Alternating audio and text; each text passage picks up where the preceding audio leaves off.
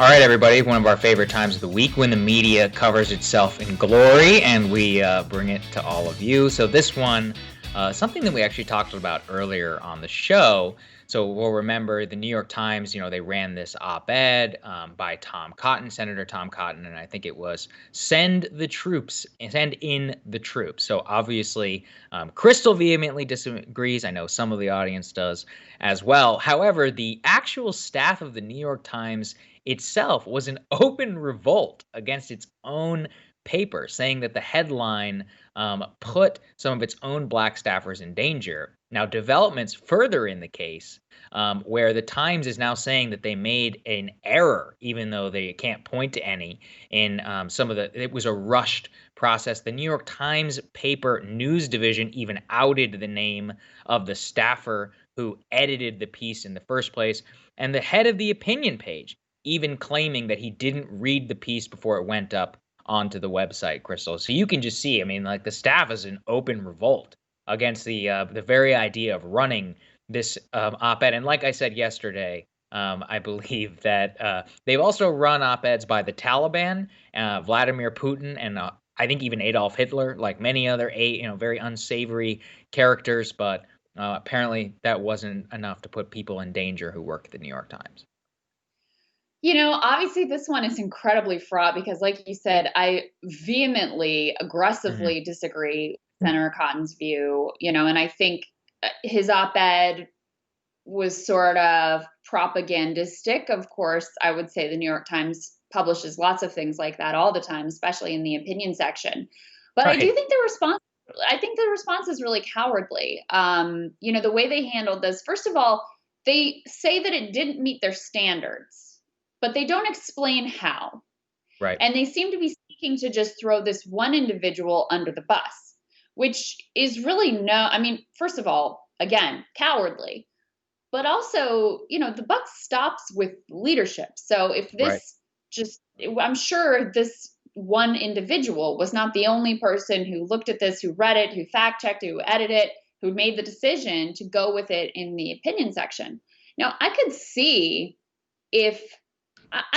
more of a case if the president of the United States wasn't also advocating for this view, right? Mm-hmm. Because I do think it is outside of the normal view of American society. I do think that it is counter to our First Amendment rights. So I could see an argument if this wasn't a position that quite actually a lot of very prominent and powerful people up to and including the president of the United States holds. To me, if it's become that mainstreamed in conversation, there is almost an obligation to present the best case. Again, I don't think it's a good case. I think it's a horrifying case for that perspective.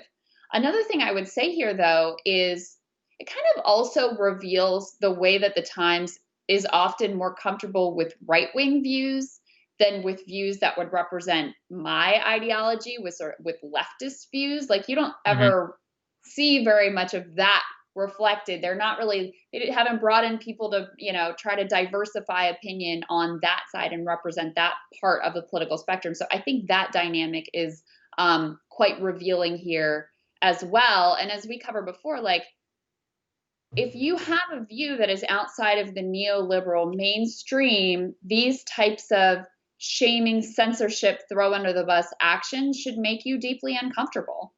I'm really glad that you said that, because that's exactly. Look, you can vehemently disagree with the view as you do, but isn't it better for us to have it out there so that you and I can debate it in its fullest context? And again, look, 58% of Americans said that they support a measure that Senator Cotton was putting forward there. So does that mean that the majority position of the American people on this one is out of step with the New York Times and its editorial page?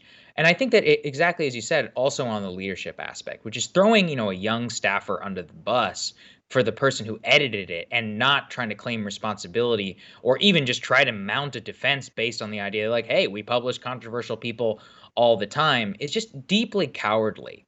And something I always try to highlight here whenever we cover instances of censorship or Twitter and all that is it can just quite as easily be used against you. Right, it can quite as easily, and it was the New York Times. Think about how the Times covered the Bernie Sanders presidency. Go back and look at the quote unquote fact checks inside of Bernie Sanders' interview with the editorial page. It's enraging, no matter which way you look at it, right and left, in terms of the things you would claim on healthcare or immigration, on those things. That is literally, a complete neoliberal line. I mean, in terms of our views, Krystal, there is one person who kind of represents mine, which is Ross Douthat. In terms of yours, probably Elizabeth Brunegg, who's only a very new addition to the editorial page. Everybody else, all the the dozen other columnists, they basically agree with each other on everything. And I think that is, I mean, sure, it accurately represents the subscriber base of the New York Times, but they can't go around saying that they're the paper of record and just burning their credibility in terms of some objectivity or credibility. I tend to think of myself as sort of like a Thomas Friedman kind of a liberal. Kidding. Not think of myself that way. He really represents my views. No, and you think about, you think about the level of propaganda that they've been comfortable publishing before. We covered here how, with the Tara Reade allegations, they actually changed their coverage to bend to the will of the Biden campaign, and in a sentence that was then packaged up as talking points to distribute to the whole media and all of their surrogates.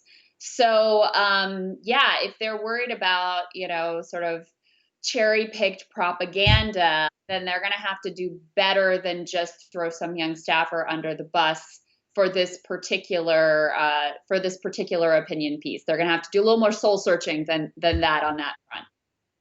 Certainly. All right, everybody. We appreciate you guys joining us for the media segment, and we're going to have more for you guys after this.